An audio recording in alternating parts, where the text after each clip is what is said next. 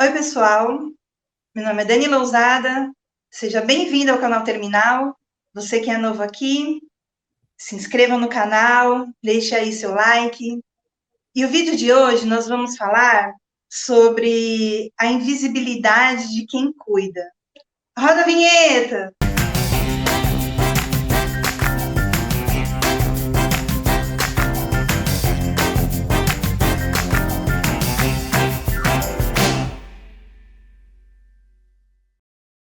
Vocês já pararam para pensar por que pessoas com câncer, com deficiência, crianças e idosos são tidos na sociedade como um fardo?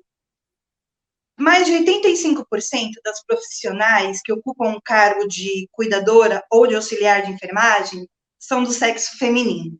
Por ter um público majoritariamente feminino e por todo esse contexto histórico da mulher na sociedade, o cuidar foi associado equivocadamente ao amor ao próximo, à solidariedade, inclusive confundido com um trabalho doméstico, feito por amor, aquele trabalho de mãe, sabe? Que vocês conhecem muito bem.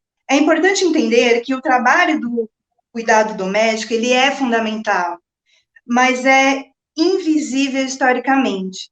É exatamente para entender o que é o trabalho do cuidador, é que temos o privilégio de receber hoje a nossa querida amiga Anne Rami, que ela é mãe, ativista da política do cuidado. Seja muito bem-vinda ao Terminal, Anne. Oi, minha querida, que saudade, obrigada pelo convite, estou muito honrada de estar no seu canal, muito orgulhosa de você achar que eu sou uma pessoa que pode ser confiável para falar de política do cuidado, mas essa é a realidade, né? Faz alguns anos já que eu exploro esse tema, como você disse, sou mãe já há mais de 10 anos, vai fazer 11 anos que eu tive meu primeiro filho, e desde ele lá pequenininho, eu reparei que tinha essa coisa que a gente fazia como mãe, que ninguém via, que é esse serviço de manutenção da vida humana, né? É esse serviço cotidiano de cuidar de alguém que é mais vulnerável do que a gente. Eu sou uma adulta típica, na época eu morava no Brasil, hoje em dia eu já não estou mais morando no Brasil, eu moro no exterior. Então, mesmo dentro de todos os meus privilégios de ser uma mulher branca, da classe média, típica, e ter filhos típicos, eu me sentia muito sobrecarregada, né, com o fato de eu estar cuidando daquelas crianças e eu chegava nos lugares e as pessoas falavam, mas você não faz nada? Você não trabalha? E eu pensava, mas como assim eu não trabalho? Então, depois do meu primeiro filho eu tive mais um e depois ainda mais um, então eu sou mãe de 3 crianças. E essa é uma investigação de 11 anos, o que deveria ser o centro da vida, que é o cuidado com as vidas humanas, numa lógica de que a nossa sociedade não está organizada para cuidar. Essa é a sua pergunta inicial, né? Por que que os idosos, as pessoas com câncer, as crianças, as pessoas com deficiência, são tidos como fardos na nossa cultura, né? E é bem geral, é bem raro uma sociedade que hoje valoriza essas figuras. Eles são tidos como fardos porque eles não são produtivos para o capitalismo, né? Não gera dinheiro. Então, quando não gera dinheiro, quando não está no mercado, quando não está na cadeia de produção, a sociedade olha como, que porcaria, não tem valor. E a gente vive, infelizmente, de uma forma geral, na cultura tradicional, né, nessa, o que a gente chama de mainstream, um mundo que olha para as pessoas que estão em situação de maior vulnerabilidade, ao contrário do que deveria. As pessoas em maior vulnerabilidade precisam de mais ajuda, precisam de mais cuidado, precisam de mais apoio, não menos. Não menos respeito, mais respeito. Não é isso? Sim, é muito interessante você ter essa visão, porque pouquíssimas pessoas têm essa visão, né? Eu adentrei esse mundo oncológico com meu pai, há 5 anos atrás. E desde então, mas eu já cuidava do meu pai, e eu não me enxergava assim como uma cuidadora, né? Porque para minha família era, porque eu era mulher, era uma obrigação minha cuidar do meu pai. Então eu vim carregando essa questão da obrigatoriedade, mas eu cuidava do meu pai por amor, não por uma obrigatoriedade. Só que aí depois, quando ele se foi, que eu vi, assim, o quanto tudo poderia ter sido compartilhado, o quanto tudo poderia ter sido um pouco mais fácil se compartilhado. E hoje, quando eu estou no lugar do meu pai, né, no lugar de ser cuidada, e que eu vi que precisou se formar uma rede muito, muito densa, muito grande, para poder cuidar de mim, eu vejo o quanto a sociedade não está preparada, né, para esse compartilhar. Porque eu sou uma das privilegiadas, né, Anne, de ter essa rede que compartilha esse cuidado em cuidar de mim. Porque o que eu vejo por aí são pessoas extremamente abandonadas, são homens abandonando suas mulheres e filhas porque a mãe se dedica integralmente ao tratamento dos filhos oncológicos e aí o marido cai fora. São homens abandonando suas mulheres porque as mulheres precisam fazer seus tratamentos e aí eles caem fora. Não é à toa que a gente tem 70% das mulheres com câncer de mama sendo abandonadas pelos seus maridos. Então, o cuidado, né, com o próximo, ele é muito deixado de lado. E isso, claro, se estende à mãe, se estende aos nossos avós, né, aos idosos, porque existe uma cultura onde os idosos eles são tratados com o máximo de respeito, porque ali tem sabedoria.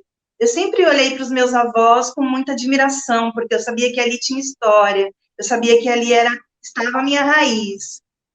Mas eu vejo que as pessoas olham para o idoso como, ai, mais um estorvo, sabe? É o cara que demora para atravessar a rua, é a pessoa que vai me dar, que não sabe andar com... Eu vejo filhos, sabe, assim, puxando seus pais no hospital, porque eles não têm a agilidade de andar na velocidade da pessoa que está cuidando deles. E eu chamo a atenção da pessoa, eu paro e falo, olha, ele não está tendo condições de andar, você não pode esperar, por favor? E muitas vezes eu sou xingada, sabe? Ah, isso não é problema seu. É problema meu, sim, porque eu faço parte dessa sociedade. E o dia que eu não fizer mais parte dessa sociedade, aí sim não vai ser problema meu. Eu penso assim, eu acho que por isso que surgiu aí o terminal. Ah, que lindo, Dani. Que bom que você continua sempre com essa voz maravilhosa, defendendo essas ideias boas do futuro que a gente acredita, né? O que você disse é muito importante, porque a gente pode olhar para esse tema com dois olhares. O olhar de quem precisa de cuidado, e não é só gente, não é só vida humana, a gente já chega lá.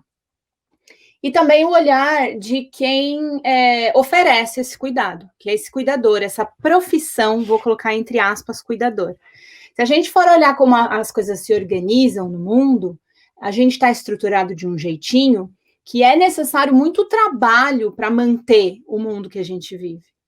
E muito, a esmagadora parte desse trabalho, ele é um trabalho invisível. Ele é um trabalho que, quando não é invisível, ele é subremunerado. Eu vou dar um exemplo. Como eu disse lá na minha história individual, mas que é a história de todas as mães. Todo mundo já deve ter ouvido falar de carga mental, jornada tripla de trabalho. Essa é uma sobrecarga que tem gênero, ela é reservada às mulheres, porque as mulheres são as detentoras das capacidades reprodutivas, então elas põem filho no mundo, e daí existe essa ideia criada de que o filho é só da mãe. Quem nunca ouviu dizer, quem pariu Mateus que o embale, como se fosse problema só da mãe cuidar daquela criança. Enquanto até a Constituição brasileira, que é uma das melhores constituições do mundo, lá em 1988 já disse que a criança ela é uma responsabilidade do coletivo. Ela é uma responsabilidade do Estado, da família e da sociedade. Não está escrito lá quem pariu Mateus que o embale. Aí, se a gente sair do espectro familiar, né? Onde mais precisa de cuidado? Para a gente comer todos os nossos dias, para além do serviço doméstico, que seria planejar aquela comida, fazer a compra, preparar, limpar. Quem é dona de casa sabe o trampo que dá manter uma cozinha funcionando. Mas ali tem um trabalho super invisível, que é, por exemplo, o trabalho do agricultor. O agricultor, a pessoa que planta, né, o que seria um fazendeiro, alguém que está na fazenda, não estou dizendo os grandes pecuaristas, não, estou falando o homem do campo, a mulher do campo. Essas pequenas propriedades minúsculas, elas produzem 80% da comida do mundo. Então, em 25% da terra. O resto todo da terra das grandes corporações, que produz apenas 20% da comida do mundo. Quem ganha dinheiro? O CEO da corporação ou o agricultor? A resposta é bem óbvia, né? A gente nem pensa no agricultor quando a gente senta na nossa mesa para comer, a gente nem lembra que ele existe, ele é absolutamente invisível. Então, eu disse que o cuidado tem gênero quando eu falei do cuidado da vida humana, mas ele também tem gênero na área da alimentação, porque a maioria esmagadora dessa comida também é produzida pelas mulheres. Aí, se a gente sair da área da comida, vamos pensar nos cuidados de saúde, como você falou, seu pai. O meu pai também teve câncer, foram 11 anos. Ele começou com câncer na próstata, depois foi para a bexiga, e no finalzinho da vida dele ele já estava com metástase no pulmão. Ele morreu faz um pouquinho mais de um ano. Todo esse tempo do tratamento do meu pai, vocês conhecem bem, que são múltiplos tratamentos, muitas sessões, e a gente só foi mais suave porque a gente teve o privilégio de ter um convênio que cobriu o tratamento do meu pai. Se a gente tivesse que pagar o tratamento que ele passou, teria sido ainda mais sofrido, né? Foram muitos anos assim. Mas quem que estava no epicentro da crise do cuidado ali? Era minha mãe, que parou tudo que ela tinha fazendo na vida dela e dedicou 100% da vida dela ao cuidado dele. Não preciso nem dizer que o impacto para a saúde física e emocional dela foi muito grande. Todo mundo que está cuidando de uma pessoa com vulnerabilidade qualquer, seja uma criança, seja uma pessoa com câncer, seja uma pessoa com deficiência, sabe como é difícil cuidar. Especialmente se você não tem apoio social, não tem apoio financeiro, né? Porque ainda a gente tinha o privilégio da minha mãe ser uma mulher aposentada, então ela ainda tinha a aposentadoriazinha dela para viver, mas e se ela precisasse trabalhar, como que a gente faria para ela trabalhar e cuidar do meu pai? Essa é a crise que vive, as pessoas estão sozinhas, porque não tem ninguém que cuide, porque também os entes e as pessoas da família estão trabalhando e fazem a difícil escolha de muitas vezes deixar seus parentes para conseguir prover em casa. Voltando à história das profissões, vamos pensar em outras profissões que não são remuneradas, não são reconhecidas, são invisíveis. A enfermeira. Se você olhar numa hierarquia hospitalar, a enfermeira está lá, o técnico de enfermagem, então, ninguém liga. Essas são exatamente as pessoas que estão envolvidas com o cuidado cotidiano do paciente. São as pessoas que dão banho, são as pessoas que arranjam a comida, que trocam lençol, que cuidam. Isso é cuidado. E é por isso que elas são mal remuneradas, porque cuidar não é interessante para a sociedade, porque não gera dinheiro. Né? Importante é você receitar, por exemplo, o médico tem mais status, porque ele tem uma aliança concreta com a indústria farmacêutica, com outras questões aí que são bem ligadas a essa visão que a gente tem do médico como um ser superior, né? Mas ali é uma posição de status, uma posição de poder aquisitivo. A gente sabe que as pessoas procuram a medicina porque elas querem ter dinheiro, diferente, por exemplo, de uma enfermagem. E se a gente olhar lá na infância, além da mãe, quem cuida da criança? Ou deveria cuidar, né? Deveria dividir com a mãe esse papel de cuidador e cuidadora. O professor. Eu nem estou incluindo o pai aqui, porque vocês sabem, 66% das crianças no Brasil, não tem nem... 66% das famílias do Brasil estão sendo lideradas, né? Como as mães, como, inclusive, as mantenedoras, né? Então, e muitas crianças não têm sequer o nome do pai na certidão de nascimento. Então, a crise também existe aí. Como você falou, os homens abandonam as crianças, as mães que estão cuidando de seus filhos oncológicos, abandonam também as mães que estão cuidando de seus filhos típicos ou dos seus filhos que estão sem nenhuma questão de saúde, né? Isso é uma tônica do relacionamento e das famílias. As famílias são muitas vezes monoparentais, ou seja, só com uma pessoa, e essa pessoa normalmente é a mãe.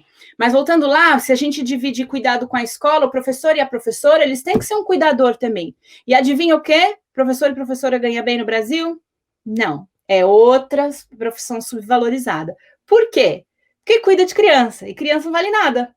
E está muito ligado a esse papel de cuidador, que é o papel materno, que é do tipo, vocês são mães, mãe cuida de graça, né? Que nem você falou no começo. Isso aí você faz por amor, não faz mais do que a sua obrigação, então não pode reclamar. E na minha visão, Dani, essa é uma das grandes origens de toda a crise que a gente vive hoje. A gente vive uma sociedade que é orientada para o lucro e esquece completamente que a vida é que deveria ser o motor da economia. A vida humana e não humana, a comida que a gente come, o que a gente precisa fazer para gerir os nossos lixos, o nosso esgoto. Isso é tudo, é uma política do cuidado mesmo, que deveria estar olhando para como que a gente está cuidando do planeta, como que a gente está cuidando das pessoas, como que a gente está cuidando das relações. E não está acontecendo assim, infelizmente. Mesmo nos campos mais progressistas, as pessoas têm muita dificuldade de entender que a vida humana devia estar no centro. Sim, eu acredito, Dani, que assim, muitas pessoas falaram que Covid, né, iria trazer para a gente uma nova visão, que nós iríamos sair melhores do que entramos. Eu, infelizmente, não penso assim, porque eu acho que essa experiência que o Covid trouxe para nós foi a experiência de que realmente nós não sabemos cuidar, né? Foi muito interessante quando você tocou aí nas profissões de auxiliar de enfermagem, das enfermeiras.